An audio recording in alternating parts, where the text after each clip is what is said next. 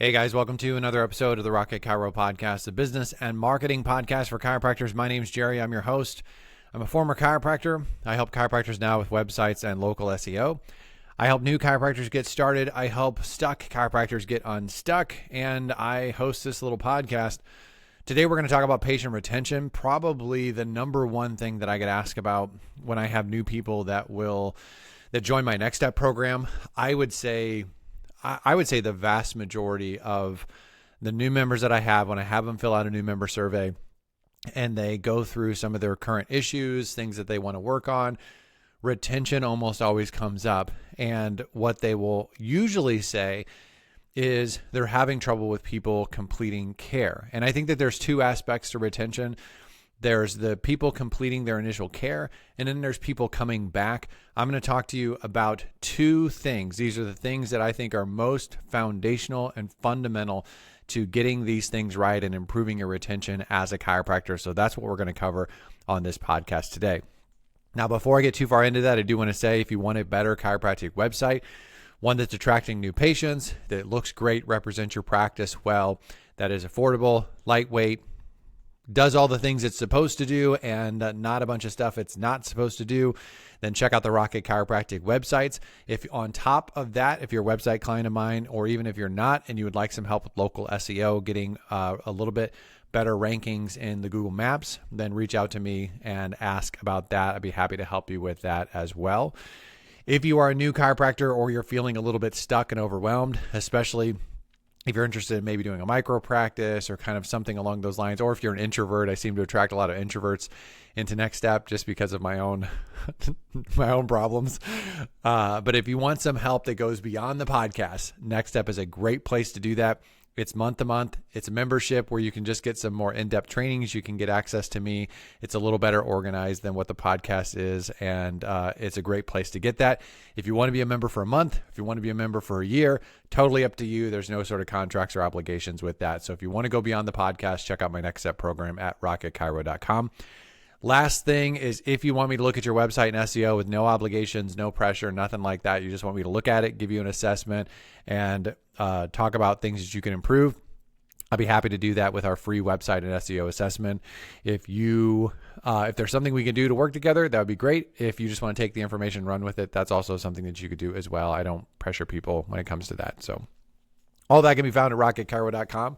That's me selling myself because I don't make any money from the podcast. So there you go. Deal with it. All right, guys. So let's talk about retention. I think that there's a lot that goes into retention, and it's difficult to boil it down to one podcast and boil it down to just a couple things. It's obviously something I've talked about in the past quite a bit. It's something that chiropractors are concerned about quite a bit. There could be things like your personality, whether you're likable or not, how good of a job you do. Because if you don't do a good job, that's it. If you're not connecting with the person, if you're not clarifying your value, you're not clarifying your process, like expectations, things of that nature. There's also logistical things that go into retention. Is your office a pain in the butt to get to? Does your parking stink? Is your staff nice? Does the building stink? Really, honestly, there are a bunch of things that go into patient retention that are going to go beyond the two things that we're going to talk about.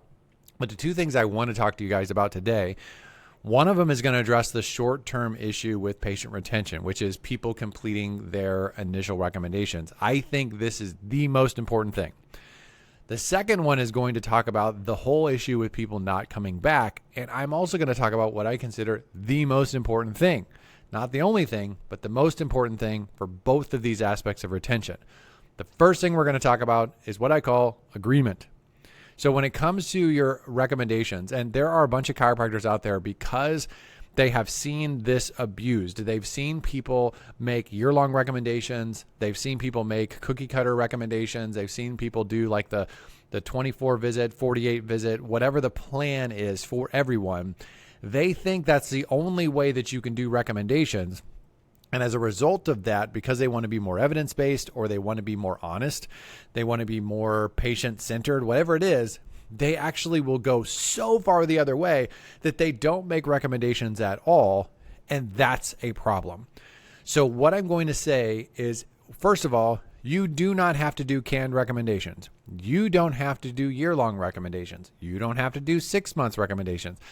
I'm not telling you you have to do 3-month recommendations. I am telling you you have to have a plan. And if there is no plan, you have no right, you have zero right to get upset about people for not following the plan. You just don't. There is no plan. How can you possibly expect someone to follow through with their care recommendations? How can you possibly expect someone to do the thing that you want them to do when the thing you want them to do has not been clearly communicated to them? So step number 1 is you have to have a plan. And I don't care if that plan is, this is what we're going to do over the next week. This is what we're going to do over the next month. This is what we're going to do over the next 3 months. This is what we're going to do over the next 6 months. I don't care.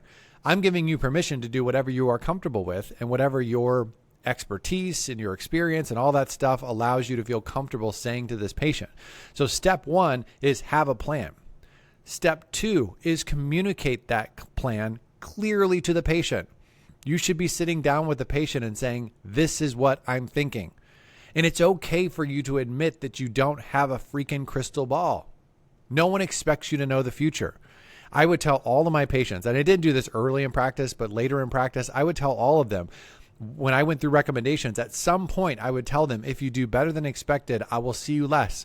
If you do worse than expected, I may end up seeing you more. That's me saying, I don't know the future. I have some information based on your exam, some information based on how, the little bit I've put my hands on you already. I have some information based on everything you've told me and all of my experience, everything else, and I could come up with a plan. But a lot of human beings, their body doesn't follow the plan. Therefore, you may need more care than what I think you do right now. You may need less care than what I think you do right now. But that doesn't give you permission to not have a plan. That's the stupidest way to go about practice and then complain about retention. So what we need to do is have a plan, communicate that plan very clearly to your patient. And then the third thing, which is so important, you need the patient to agree to the plan. I'm not talking about signing a contract. I'm not talking about their, cutting their hand and you guys are making a blood pact or something stupid. I'm just talking about when you say, this is what I would like to do over the next month. This is what I would like to do over the next 3 months. There has to be a point where you say, is that something you can do? Does that sound okay? Something like pause, give the person an opportunity to nod their head, to say yes, or to say no. Because if they're not going to follow the plan, they know they're not going to follow the plan because not having enough money, not having enough time, those are legitimate concerns. And I don't believe in beating people down for legitimate concerns. It's not my job to make priorities for my patients. I try to help them as much as possible. And I try to help them. I'm going to sit down and say, this is my best recommendation. This is what I think we should do over the next month, 2 months, 3 months, whatever I'm comfortable with. This is what I think we should do. Does that sound like a plan? Does that sound like something you could do? Yes. Great. If you do better than expected, I'll see you less. If you do worse than expected, I may end up seeing you more. If there's any point along the time where you get frustrated with your care and you don't feel like you're making progress, then please talk to me about that because I'm always wanting to work with my patients and know exactly what's going on with you. Does that sound okay? Yes. Let's get started. Great. Or the conversation is, this is what I want to do. Does that sound like something you could do? No, I can't do that. I'm out of town 6 days out of the week. I'm only here 1 day out of the week. There's no way I can come in 3 times a week. There's no way I can come in twice a week. Okay. Come up with a new plan. And then you should talk to the patient about the consequences of that plan. Hey, if we're not going to see you quite as much, you might not make as much progress as quickly as possible. You may end up feeling a little better for a little bit and then kind of feel like you're falling back, and that can be a little bit frustrating. Just be aware that can happen if we're not going to see you as much. Is that okay? Are you okay with that? Yes, I'm okay. All right, great. Let's see how it goes. So the plan for now is we're going to see you once a week for the next 6 weeks. If you get really frustrated along the way, please talk to me. If I get really frustrated with how things are going, I will talk to you about that. Does that sound good? Yes. What we've just done is we've come up with a new plan. We've communicated that plan clearly amongst ourselves, and we've come to an agreement that this is what we're going to do. That's the process. And you have to understand that plans change, because even if you do your initial recommendations exactly the way you want to do, and you have this amazing plan, a month from now, 2 months from now, that plan could change. It could change because of something that happened in a patient's life. It could change because of how they're doing. It could change because of a lot of different things. Just understand that plans change. So have a plan, communicate the plan, get agreement to the plan, understand that plans change, and then you go back to making a new plan when plans change, and you do the whole thing over again. Every single time that you have, if you have a patient that says, hey, doc, I'm feeling great, I don't want to come in anymore, you could say to them, hey, you know what? I'm glad you're feeling great. You've made a lot of really good progress. It might be a good idea to come in, why don't we just make an appointment for a couple of weeks just to make sure you're doing okay? Because I would hate for you, as soon as you start feeling better, to leave. And then, I don't ever hear from you again. You kind of lose your progress. We kind of lose momentum, and you kind of get upset when maybe the best thing to do is, why don't we just schedule something for 2 weeks from now? No, I don't want to do that. Okay. All right. Well, why don't you just call me when you need us? And what I will do is, if I haven't heard from you in a month or two, I'll probably check in with you and just see how you're doing. Hopefully you're doing great. Does that sound okay? Yeah. What I've just done there is I've changed the plan. I'm finding a plan, closing the loop. I want to get agreement from this person, and I want this person to know what the plan is, and I want them to agree to the plan. Now, sometimes patients will change plans without telling you, and that's fine. I understand that can happen. But that should be the exception, not the norm. You should be doing your part. You are in a leadership position as a chiropractor. The hardest thing about being a chiropractor is dealing with people. This is about people management. This isn't about anything else. And so if you're having a retention problem with people following through with care, assuming you're not a crappy chiropractor, the issue is probably you're not very good at people management. And I think a foundational part of people management is getting agreement. Coming up with a plan and getting agreement. When the plan changes, coming up with a new plan, getting agreement. That's how it should work. There's a partnership. Chiropractic is a participation sport. This should be what's happening with every single patient all the time. Now, like I said, people sometimes break the rules. That's fine. That's on them. So the next thing is this. So once we've gotten agreement, this is a foundational part for someone to follow through with their initial care. It's also foundational for long-term care, but I think it's much more important for initial care. The next thing we have to talk about is connection. This has to do with long-term care. So if a person comes into your office and they go through an initial care and they say, hey, I'm doing great, I'll call you when I need you. It's very, very silly to say, okay, and that's it. There's no sort of staying connected. There's no sort of reaching out to that person. That's just silly, because people forget. People don't come back. People don't schedule appointments even though they know they should. There's a bunch of your patients. If you've been in practice very long at all, there are a bunch of your patients right now that are past patients of yours who have had good experience with your practice, who are currently dealing with something that you could help them with. They know you could help them with it. They want help with it. And the only reason they aren't scheduling is because they're lazy, or they're busy, or they just haven't thought about it. And if you or somebody in your practice reached out to them and just said, hey, we haven't heard from you in a while, hope you're doing well, but if there's something we can do for you, we'd love to do that. Hey, we're doing this in the office. We just want to reach out to some of our patients to let them know. We're doing, whatever it is, a touch point, a text, an email, something. Emails suck, but texting. If you text your patients and say, hey, we're just touching base with you, we haven't heard from you in a while, there are a percentage of your people that are going to come back. I'm not telling you to try to guilt people into coming back to the chiropractor. I'm telling you that there's just a percentage of your people who do want to come back, who will come back, who want to come back, who haven't come back because you haven't reached out to them. That's sort of silly. That's by definition low-hanging fruit, and you're just not picking it. So when I say connection, there's two things that I mean. One, stay connected. So social media, newsletters, this could be email newsletters, even print newsletters. I know that sounds like a dinosaur way of marketing, but it works if done right. There's a whole way to do that, but I'm not going to get into that on this podcast. But social media, newsletters, stay connected to people. Those are the easiest ways to do it. And they're pretty cheap as far as like social media and email. Reconnecting, typically you're talking about texting.